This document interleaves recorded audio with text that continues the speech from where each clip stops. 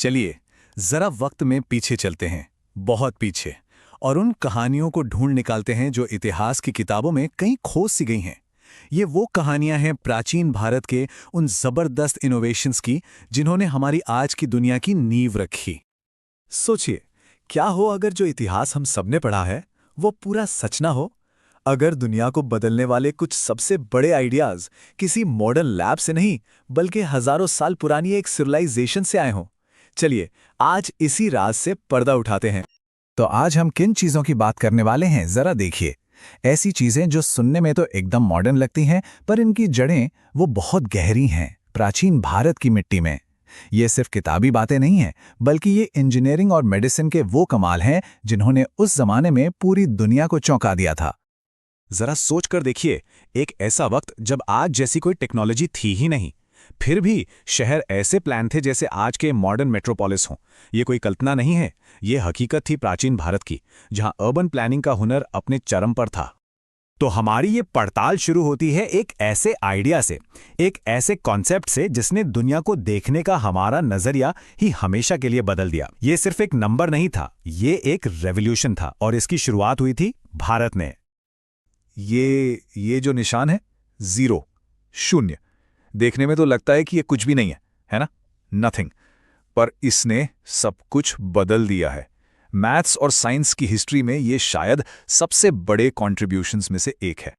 देखिए, पुराने भारत के जो महान विचारक थे जैसे आर्यभट्ट और ब्रह्मगुप्त, उनके लिए ये सिर्फ एक नंबर नहीं था। उन्होंने इसे शून्य कहा और ये एक बहुत गहरा फिलोसॉफिकल कॉन्सेप्ट था।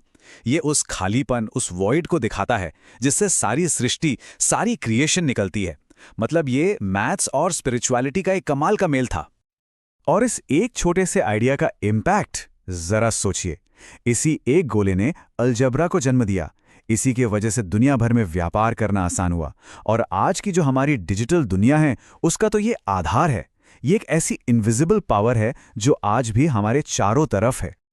चलिए अब एब्स्ट्रैक्ट आइडियाज की दुनिया से निकलकर कुछ ठोस चीजों की बात करते हैं, ऐसी फिजिकल इनोवेशंस की जो हैरान कर देती हैं। अब हम देखेंगे कि कैसे प्राचीन भारत ने मेडिसिन और मेटलर्जी यानी धातु विज्ञान में कमाल की महारत हासिल की थी। ये हैं महर्षि सुश्रुत, जिन्हें दुनिया फादर ऑफ सर्जरी के नाम से जानती है। सोचिए, एक ऐसा दौर था जब दुनिया के कई हिस्सों में इलाज के नाम पर सिर्फ अंधविश्वास था, और उस वक्त सुश्रुत अपनी किताब सुश्रुत संहिता में इतनी कॉम्प्लेक्स सर्जिकल प्रोसीजर्स के बारे में लिख रहे थे जिनकी तारीफ आज तक होती है। जरा इस कंपैरिजन पे नजर डालिए।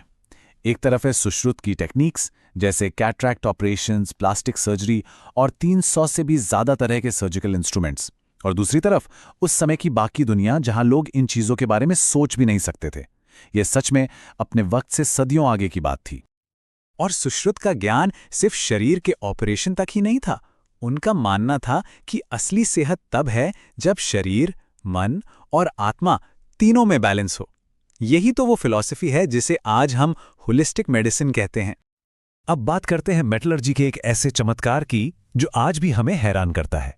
यह है दिल्ली का लौह स्तंभ। 1600 साल, जी हां, 1600 साल से भी ज्यादा पुराना है ये। और कमाल की बात यह है कि इस पर आज तक जंग नहीं लगा। आज भी दुनिया भर के वैज्ञानिक इस पहेली को सुलझाने में लगे हैं कि आखिर ये बना कैसे है। ये इस बात का एक जीता जागता सबूत है कि उस दौर के भारतीय मेटलर्जिस्ट अपने काम में कितने एक्सपर्ट थे। अच्छा, अब थोड़ा और बड़े पैमाने पर सोचते हैं। देखते हैं कि कैसे एक पूरी की पूरी सभ्यता को डिजाइन किया गया था, सोसाइटी लेवल प्लानिंग से लेकर यूनिवर्स के रहस्यों को समझने तक।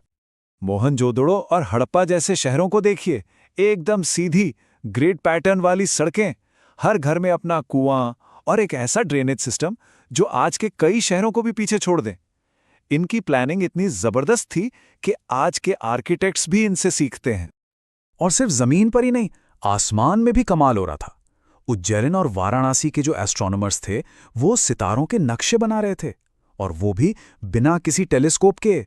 वो ग्रहण लगने का, ग्रहों के चलने का इतना एक्यूरेट कैलकुलेशन कर लेते थे कि आज भी यकीन करना मुश्किल होता है। कुछ पुराने ग्रंथों में तो उड़ने वाले रथों यानी विमानों का भी जिक्र मिलता है। अब सवाल ये उठता है कि क्या यह सिर्फ कल्पना थी या फिर किसी पुराने सपने के खोए हुए ब्लूप्रिंट्स। इसका सच शायद इतिहास और रहस्य के बीच कहीं दबा हुआ है। लेकिन ये सारा ज्ञान, ये सारे इन्वेंशंस सिर्फ भारत तक ही सीमित नहीं रहे। सिल्क रूट के जरिए ये आइडियाज पूरी दुनिया में फैले और उन्होंने पूरी दुनिया के ज्ञान को एक नई रोशनी दी।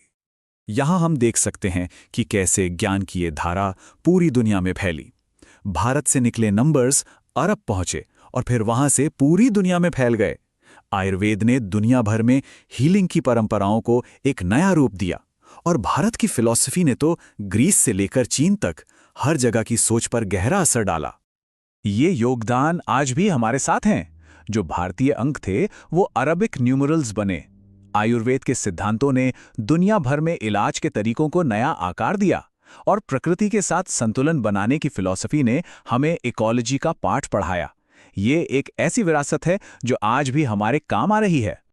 तो आज हजारों साल बाद भी हम उस सभ्यता के बिखरे हुए पन्नों को जोड़कर देख रहे हैं।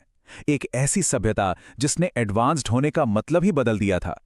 और ये हमें एक बहुत जरूरी बात याद दिलाता है कि हमारा अतीत, हमारा पास्ट, असल में हमारे भविष्य का ब्लूप्रिंट है।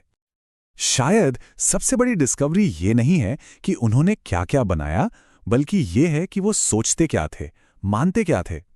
उनका मानना था कि ज्ञान यानी नॉलेज वो सबके लिए है और जिज्ञासा यानी क्यूरियोसिटी ही सबसे बड़ी पूजा है।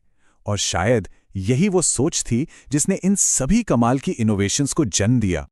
तो अब आखिर में एक सवाल बचता है, वक्त की रेत के नीचे ऐसे और कितने ही भूली बिसरी प्रतिभाएं और कितने ही राज दबे हुए हैं, और क्या हम उन्हें फिर से खोजने के लिए तैयार हैं?